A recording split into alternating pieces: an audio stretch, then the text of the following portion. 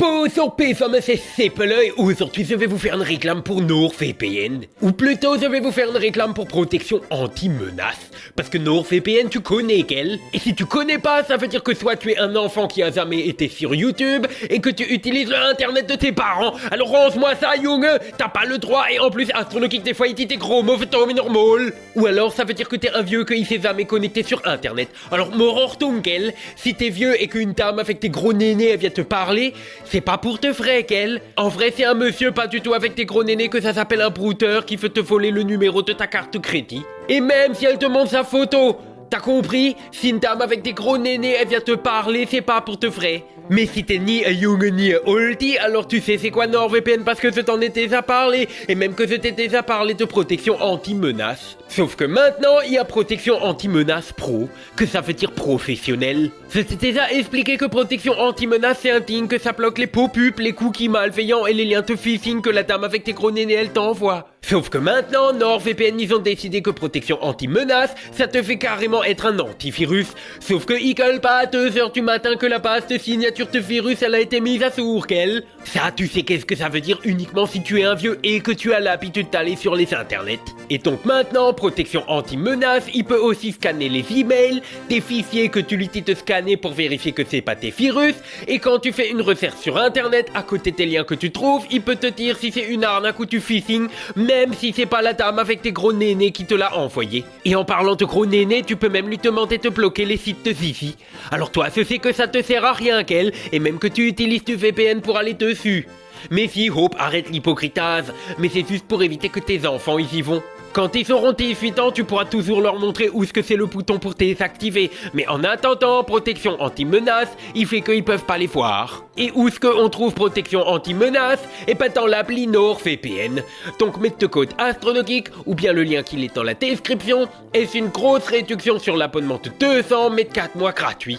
Et comme ça, la dame avec des gros nénés, elle a qu'à bien se tenir. Donc tu oublies pas, le lien il est dans la description. Hop là, la réclame elle est finie. Tchuss.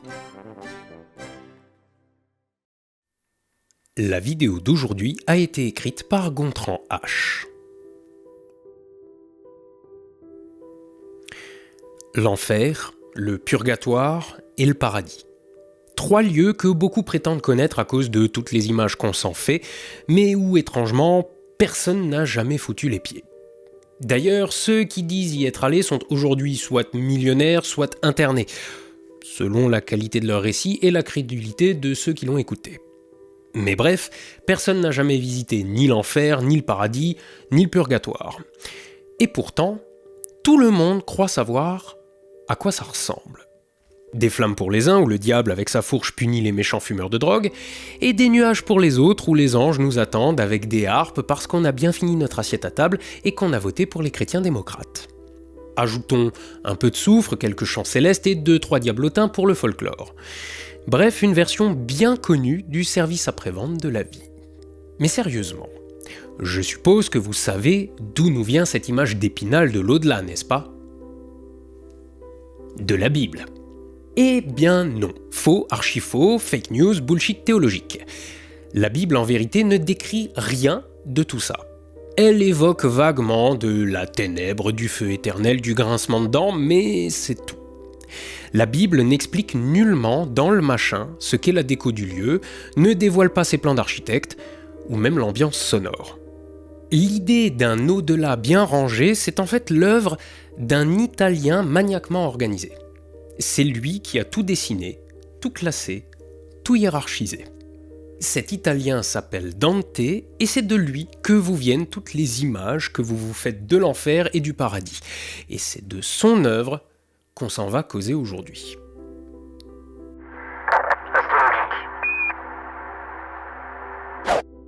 Dante, c'est lui, oui, le responsable. L'homme qui a offert à l'Occident la première carte de l'au-delà, 9 cercles pour l'enfer, 7 terrasses pour le purgatoire, 9 ciels pour le paradis. Rien que ça. Le mec a transformé le flou mystique en plan cadastral.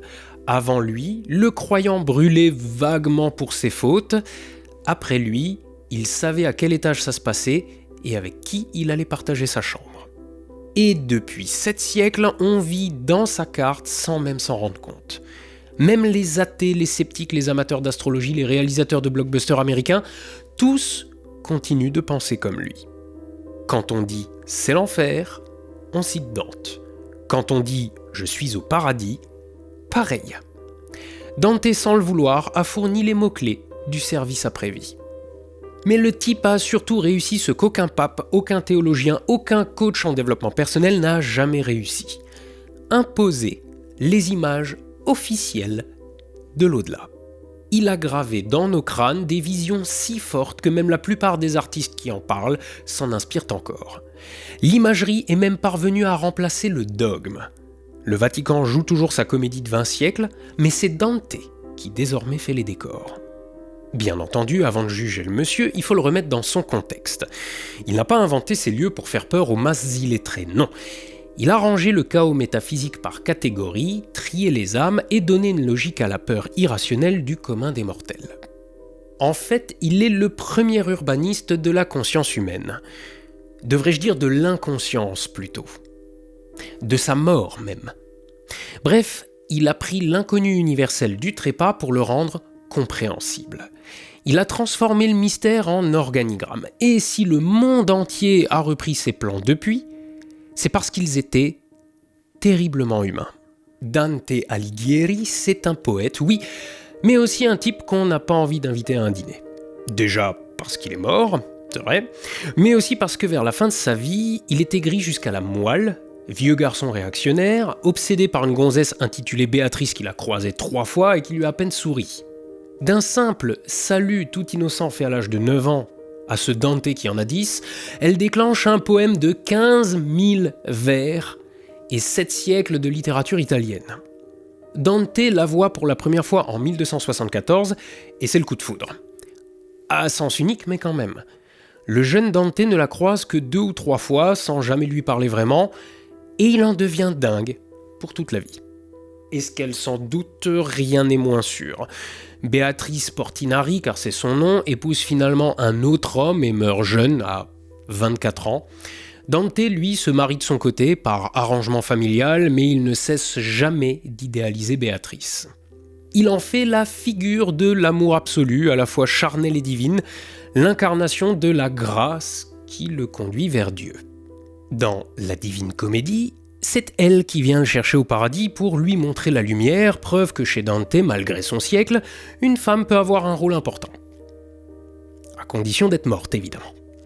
Mais l'homme n'est pas qu'un romantique posthume. C'est aussi le père de la langue italienne, celui qu'on citera plus tard comme on dit la langue de Molière ou celle de Shakespeare. Le problème, c'est qu'il ne l'a jamais su. Il est mort avant d'apprendre qu'il était devenu un adjectif. Et puis derrière le poète, il y a aussi le citoyen florentin, le politisé jusqu'à la rage.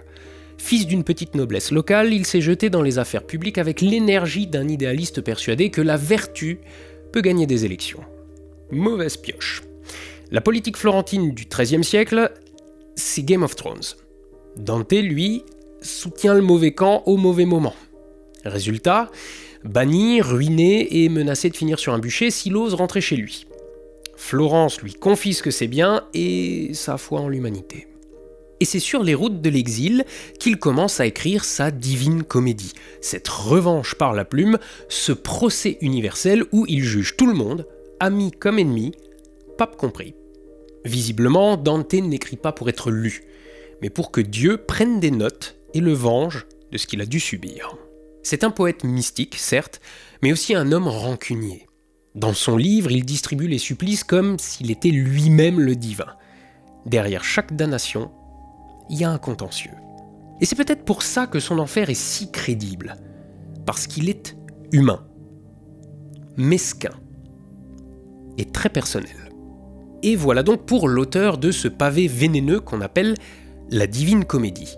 Et maintenant, je vous propose de constater à quel point, même si vous ne l'avez jamais lu, même si vous n'en avez jamais entendu parler, de constater à quel point ce texte a impacté la culture moderne. Et à quel point vous le connaissez sans le connaître. L'œuvre elle-même est un voyage initiatique, un road movie, comme on dirait aujourd'hui. Mais carrément dans l'au-delà très catholique. Dante s'y met lui-même en scène. Un homme d'âge mûr, paumé, en crise existentielle, qui se réveille au milieu d'une forêt obscure. Autrement dit, un burn-out. Il veut s'en sortir, mais 3 bestioles lui barrent la route, symbolisant ses propres péchés. La panthère du plaisir, le lion de son orgueil et la louve de la cupidité. Et alors qu'il s'apprête à tout laisser tomber, un type surgit de nulle part. Virgile, son idole, son poète latin préféré, envoyé par Béatrice, la fameuse, toujours morte, mais visiblement pas rancunière. Elle l'envoie pour lui servir de guide dans l'au-delà. Virgile représente la raison, la pensée humaine, celle qui éclaire sans nécessairement consoler, parce qu'on est des bonhommes, merde, et qu'on est capable d'entendre le pire. Le deal est simple. Il lui fera traverser l'enfer et le purgatoire, mais pas plus haut. Pour le paradis, il faudra quelqu'un de plus qualifié avec les bonnes références célestes. Béatrice donc, qui fait partie du personnel habilité. Les 2 compères descendent alors dans les entrailles de la terre, jusqu'à une porte surmontée de l'inscription la plus accueillante de l'histoire de la littérature. Abandonne tout espoir, toi qui entres ici. C'est dans l'album des Corbeaux Morts? Non, en fait, ça vient de l'Inferno de Dante. C'est l'inscription sur les portes de l'enfer. Que ça déchire ton truc. Sympa l'ambiance. Encore une fois, Dante est celui qui écrit, mais aussi celui qui vit l'aventure mystique. C'est lui qui marche, voit et tremble. Il avance dans la crasse, questionne les damnés, pleure un peu, juge beaucoup. C'est à la fois un pèlerinage et un reportage de guerre. Comme tous ceux qui parviennent à l'âge où on est plus près de la fin que du début, il cherche la lumière et ressent pas mal de peur. Dès lors, Dante raconte son voyage dans l'au-delà en y descendant lui-même, pas à pas, en observateur terrifié, mais curieux. Il commence par l'enfer, évidemment, parce que, soyons honnêtes, c'est ce qu'on attend tous. Le paradis, c'est joli 5 minutes, mais on s'y ennuie vite. L'enfer, lui, il y a du casting. On sent que Frédéric François, Gandhi, Richard Klederman et Michael Landon y jouent au Scrabble en buvant du thé et mangeant des biscuits secs. Comment ça, ils sont pas tous morts là-dedans? Mais si, mais bref, bon. Tandis qu'en enfer, Brassens, Bukowski, John Malkovich et Renaud, ils font des jams pas possibles en mangeant des pizzas et du cassoulet et en buvant des coups. Comment ça, ils sont pas tous morts, eux non plus? Mais si, juste... Bon, restons donc en enfer, c'est là qu'il fait le plus chaud. Il y a, selon le poète, car oui, je ne vous ai pas dit, mais la Divine Comédie, c'est un long poème. Je vous le conseille pas si votre paradis à vous, c'est Netflix et TikTok, où tout, même les idées, sont plates et courtes. Mais si vous vous êtes fixé comme hygiène de vie de lire un texte difficile par jour, celui-là vous tiendra toute une semaine et je suis large. En attendant, continuons cette vidéo, ça vaut aussi. Bref, donc, selon Dante, il y a 9 cercles dans l'antre du diable. 9 niveaux de saloperie soigneusement hiérarchisés, du péché mignon à la monstruosité morale. Pour que vous ayez l'image, c'est comme un gâteau à la broche de l'Aveyron, mis sur la pointe et enfoui dans le sol. La base étant donc tout en haut, à fleur de sol. Et plus on descend, plus ça devient étroit et plus ça sent le soufre et la vengeance personnelle. Au premier cercle, tout en haut donc, Dante place les vertueux non baptisés, autrement dit les gens bien mais pas du bon bord. C'est le club des âmes sympatoches mais qui n'ont pas eu le bon goût de prendre leur carte au parti chrétien. Il y a là Homère, Socrate, Aristote, Virgile lui-même. Pas vraiment de supplice à ce niveau, pas encore de flamme. Juste une tristesse infinie, celle de savoir qu'on ne verra jamais la lumière divine. Et tout ça à cause d'une simple erreur d'inscription au baptême. Au deuxième cercle, on s'enfonce un peu plus. Ce sont les luxurieux. Ceux-là sont emportés par une tempête éternelle, ballottés comme l'ont été leur sens de leur vivant. C'est sans doute là qu'ira 12 parsecs quand il ne sera plus. Et vous-même, si vous avez déjà connu une passion qui vous a donné des phénomènes physiologiques incontrôlables, vous pouvez vous considérer comme les occupants à terme du deuxième cercle. Le troisième, c'est pour les gourmands. Et donc a priori, c'est plus grave de manger toute une pizza que d'avoir couché à tort et à travers. Ok, je suis preneur, je crois que ça m'arrange. N'empêche, les gourmands sont punis sous une pluie sale, glacée, épaisse. Ils gisent dans une boue pestilentielle, dévorés éternellement par Cerbère, le chien à 3 têtes. Autant dire que si vous avez commandé un Uber Eats après minuit en rentrant de soirée, vous êtes candidat. Vient ensuite le 4e cercle, celui des avares et des prodigues, condamnés à pousser d'énormes pierres en se heurtant éternellement aux autres, et tout le monde s'insulte. Un Black Friday éternel au centre commercial, quoi. Le 5e est celui des colériques. Ils s'entre-déchirent dans les eaux du marais du Styx, pendant que les apathiques, leurs cousins dépressifs, bouillonnent sous la surface en silence. En gros, là, on est sur X, mais version, X. Ouais, non, on fait pas pire niveau colère, je crois.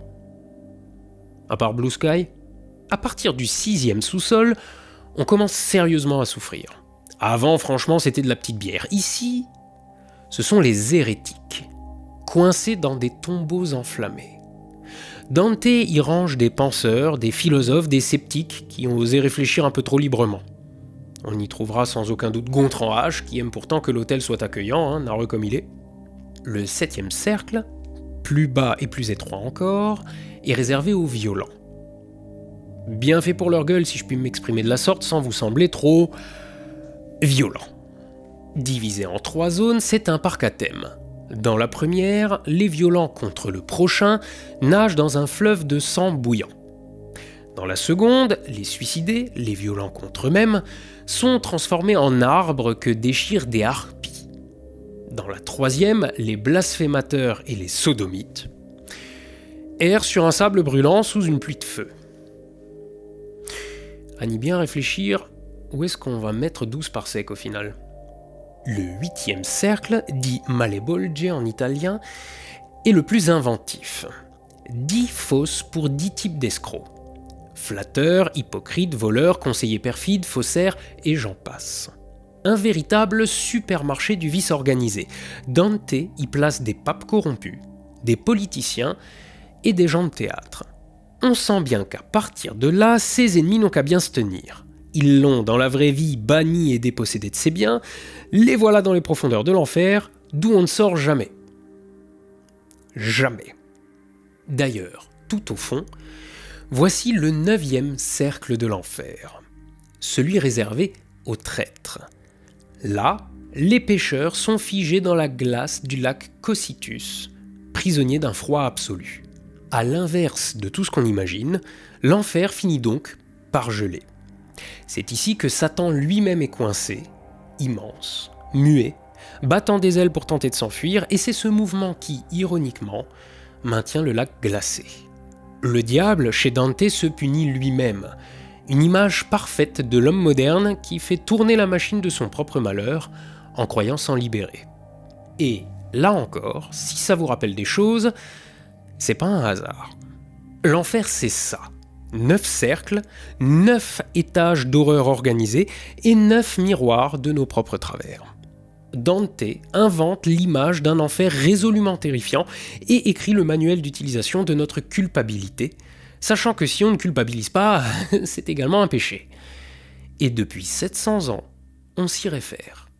Pour savoir où on va finir, il suffit de lire Dante. Après avoir traîné ses sandales dans la boue brûlante de l'enfer, Dante, soulagé, remonte un peu. Il arrive au purgatoire, ce lieu bizarre que personne n'avait encore vraiment imaginé avant lui. L'idée est simple et géniale. Il existe désormais un entre-deux, un sas de décompression entre la damnation et le salut. On n'est pas encore condamné à brûler, ni encore autorisé à briller. On fait la queue pour l'éternité, qu'on espère céleste et qu'on redoute souterraine. Le purgatoire, selon le poète, c'est une montagne, dressée au centre du monde, que les âmes escaladent lentement, très lentement, pour laver leurs fautes. And she's buying the stairway to heaven. On grimpe, on transpire, on prie, on pleure, on apprend la patience. Chaque terrasse correspond à un péché, à une vertu à conquérir, à un stage de rattrapage spirituel. L'enfer, c'était la chute. Ici, c'est la remontée morale. Autrement dit, la souffrance devient un investissement. C'est d'ailleurs là que réside le vrai génie de Dante et sans doute ce qui le rend encore moderne, malgré ses vers entercés et ses visions d'anges ailés qui entonnent des chants dégoulinants de sucre. Il a inventé avant tout le progrès moral et social, Cette idée absurde et grandiose selon laquelle on peut devenir meilleur à force de souffrir et qu'il faut, pour s'élever, non pas réussir mais expier. Qu'il n'y a de lumière qu'au bout de l'épreuve et que la vertu se gagne comme une course de côte, à pieds nus et sans dopage. Il a donc, sans le savoir, pondu le concept de méritocratie. Le développement personnel avant Richard Crèvecoeur, l'autocritique avant le Parti communiste soviétique, l'autoflagellation sublimée en chemin de croissance.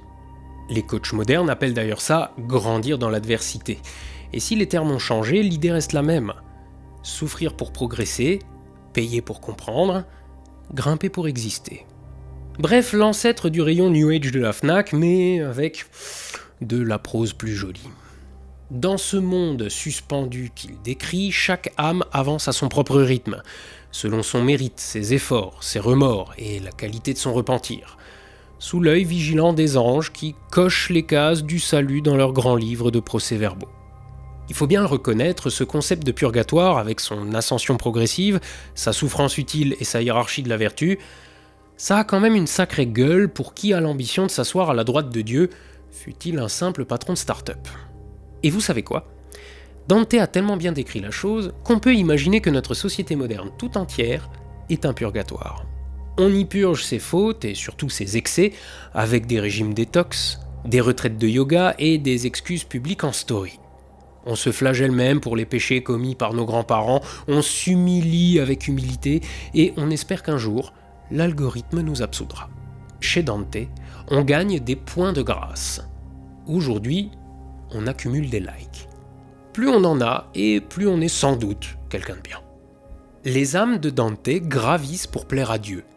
Nous, pour plaire aux recruteurs, au public, à la galerie. C'est la même comédie, simplement moins lumineuse, mais mieux éclairée et sponsorisée par une marque de vêtements de sport. Mais Dante, lui, y croyait. Chaque larme, chaque pas, chaque repentir rapprochait un peu de la rédemption. Il voyait dans la peine un chemin, dans la chute, une chance. C'est cette foi dans le progrès intérieur, aussi naïf que sublime, qui fait du purgatoire la partie la plus humaine de son œuvre. Un monde où l'on souffre, mais pour quelque chose. Un monde où l'on monte encore, lentement, vers le paradis. Car enfin, parlons-en du paradis, l'ultime récompense, le haut du podium céleste. Après la douleur, la lumière. Après l'effort, la béatitude. Après les flammes, l'ennui. Oui, l'ennui, en tout cas de mon point de vue, car chez Dante, le paradis est parfait, et ce qui est parfait par définition ne bouge plus. Le paradis, c'est la grande immobilité de l'âme, l'ordre absolu, la symphonie sans fausse note. Autrement dit, un enfer pour les artistes. Ici, plus de cris, plus de sang, plus de sexe, plus de doute, plus d'alcool, plus de désir, plus de douleur, plus de Netflix. Seulement des sphères d'harmonie, le chant des anges et de Dieu. Tout le monde s'aime, tout le monde comprend tout le monde flotte. C'est beau certes, mais ça donne envie quand même un peu de foutre des baffes et de secouer le cocotier. Au paradis dantesque, parce que oui, dantesque ça vient de là aussi, je vous avais dit que vous connaissiez. Au paradis dantesque donc, on ne fait plus que contempler la lumière de Dieu, se fondre en elle et devenir pure vibration. L'amour divin est une fusion totale et donc la disparition du moi. Plus de je, plus de tu, seulement le lui, avec une majuscule. C'est l'extase mystique, la félicité, le bonheur et avouons-le, l'ennui, la langueur et le bâillement. La perfection, c'est ce moment où plus rien ne manque, mais où plus rien ne surprend non plus. Et Dante, qui avait si bien écrit la douleur, parvient ici à rendre lassant le salut. Il se dissout, il quitte la raison, Virgile s'étant arrêté au purgatoire, et ce, pour rejoindre Béatrice, symbole de la foi, de la grâce et, disons-le tout net, de l'érotisme, mais on peut pas le dire sinon on redescend dans les limbes. Il parvient jusqu'au cœur de la lumière divine, où il voit enfin Dieu. Ou plutôt, où il cesse d'avoir besoin de le voir. C'est sublime et abstrait. Poétiquement, c'est du cristal. Humainement, c'est du vide. Le paradis, c'est la beauté sans drame, le bonheur sans histoire. Du coup, Dante nous dépasse au sens où on ne le comprend plus. Il montre que la paix absolue a un prix, celui de l'individu. Mais il y a dans ce paradis également un étrange pressentiment moderne, cette obsession de la pureté, de la transparence, de la sérénité. Quelque part, on la connaît bien. C'est celle de notre temps. Le bien-être, la détox, la pleine conscience, tout ce qui brille et sent bon la vanille. Notre vision molle du paradis dantesque. À ceci près que Dieu a disparu aujourd'hui. Il s'est dissous aussi, sans doute dans le Coca-Cola. Nous avons gardé la lumière mais éteint la source. Nous avons la paix mais sans l'absolu. La sérénité mais sans la foi. Le paradis d'aujourd'hui, c'est une application de méditation payante, une salle blanche avec musique d'ambiance, où l'on se convainc qu'on va bien parce qu'on le dit assez fort. Pour Dante, la lumière sauve. Pour nous, elle est emmerdante à souhait. Et quelque part, dans ce grand silence céleste, on entend encore murmurer l'enfer. Au moins là-bas, on vivait quelque chose. Soyons clairs, je ne suis pas croyant. Je tiens à le dire avant que les feux de l'enfer ne s'abattent sur moi, sur X ou en commentaire. Je ne crois ni à Dieu, ni à Satan, ni à la file d'attente céleste avec ticket numéroté. Ce n'est pas le propos. Le but n'est pas de vous convaincre qu'il existe un au-delà, chacun se fera sa propre idée sur ce grand service après-vie. Ce qui m'intéresse chez Dante, ce n'est pas la foi, c'est le génie d'organisation, la créativité pour décrire un monde invisible à tel point qu'il est imaginaire. Il n'a pas découvert l'au-delà puisqu'il n'existe pas, mais il l'a carrément inventé, à tel point qu'aujourd'hui, il existe bel et bien. Tout le monde l'a en tête, je l'ai déjà dit avec ses anges, ses diablotins et toutes ces conneries. Il a donné au monde une morale en 3D. Et c'est vraiment ce que je me suis dit en lisant le machin. Une façon de penser l'âme humaine, non plus en catégorie, mais en niveau, en mouvement ou en trajectoire. L'enfer, le purgatoire et le paradis ne sont pas des lieux.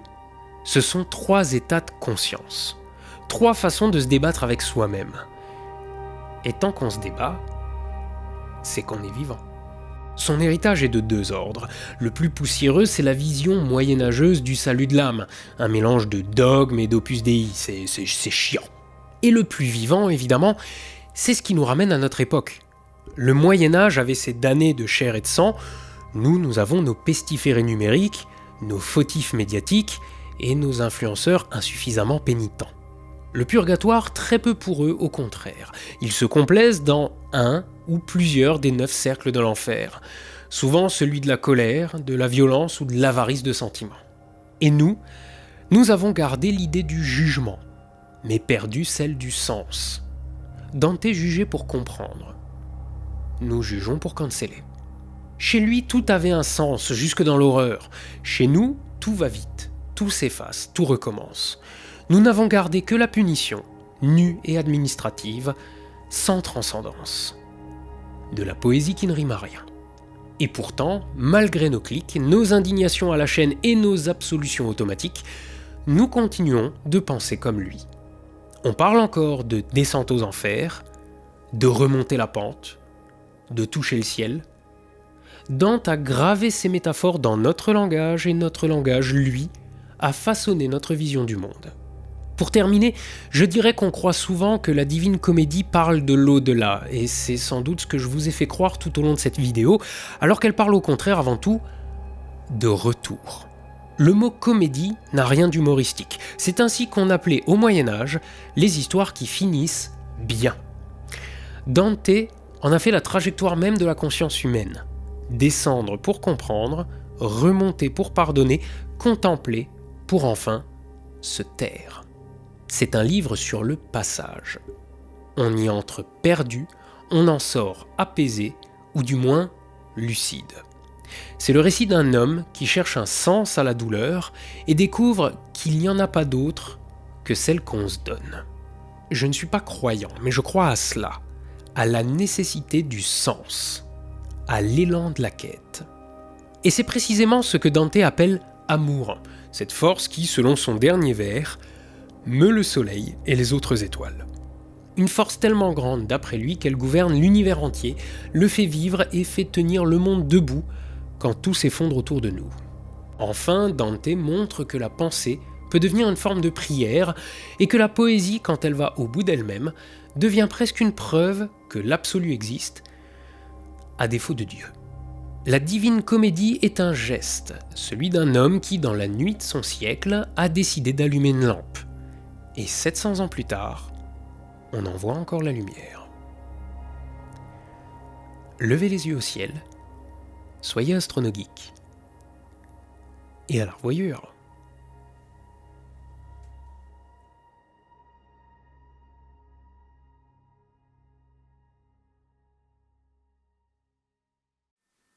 Alors, merci d'avoir regardé la vidéo jusque-là, hein. Je dirais bien que j'espère qu'elle vous a plu, mais bon, si vous êtes encore là...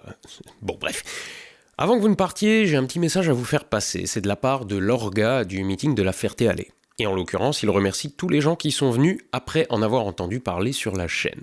L'année dernière, la météo assez merdique a fait que l'événement n'a pas permis de gagner d'argent. Argent qui, je le rappelle, sert à la restauration et à l'entretien des avions. L'association Jean-Baptiste Salis, c'est un musée volant, que vous pouvez visiter le reste du temps d'ailleurs, y compris faire des baptêmes de l'air sur des Warbirds. Voire même apprendre à voler, bref. Donc l'année dernière, pour rester à flot, à contre-cœur, ils ont dû vendre 2 machines. Mais cette année, le moins que l'on puisse dire, c'est que la météo était top. J'ai eu beau faire gaffe, j'ai cuit quand même. Cette année, le meeting a fait 32 000 entrées, et samedi matin, il avait déjà fait plus que l'année précédente tout entière. Autrement dit, on a renfloué les caisses, ce qui permet d'absorber l'année dernière et de préparer sereinement l'année prochaine. Cette année, le Dragon Rapide, qui était à l'honneur sur l'affiche, a été terminé, il est à nouveau en état de vol, et l'assaut va se lancer à fond dans la restauration de son B-17, qui est exposé sur le tarmac pendant le meeting depuis des années, mais qui ne peut pas encore voler. Je vous en reparlerai à l'occasion. Et donc, cette année, les entrées générées avec les codes, que ce soit chez moi ou chez les collègues, représentent presque 9% du total des entrées, et 6,5% rien que sur mon code. Ça veut dire que quasiment une personne sur 10 que vous croisiez sur le tarmac était un abonné ou un proche d'un abonné. Autant dire qu'on est content du score et le record va être difficile à battre l'année prochaine. Et l'orga, pour vous remercier, m'a proposé un truc. Offrir 10 casquettes à des gens tirés au sort parmi ceux qui ont pris leur place avec le code. Pour le dit tirage au sort, j'ai choisi la main innocente de Plouf Plouf, comme je l'avais déjà fait par le passé, et donc Martin Brémaud, Bastien Moronval, Fred Baudran, Jérémy Gaillot, Hervé David, Andrea Cristina de Almeida, Clara Husson, Anaïs Fontenat, Cyril Carteron et Étienne Urbain. Comme vous avez renseigné votre mail lors de votre inscription, surveillez votre boîte aux lettres, on va vous demander votre adresse postale pour l'expédition de la casquette. Et juste au cas où, pour les histoires de données personnelles, j'ai utilisé la liste des noms pour le tirage au sort, et c'est tout. Je file juste la liste des gagnants à l'orga du meeting, et c'est eux qui font les envois. Et de mon côté, la liste c'est corbeille. Donc encore merci à vous d'être venus nombreux, et on espère malgré tout faire encore mieux l'année prochaine. Et en attendant qu'on reparle du B17, à la revoyure.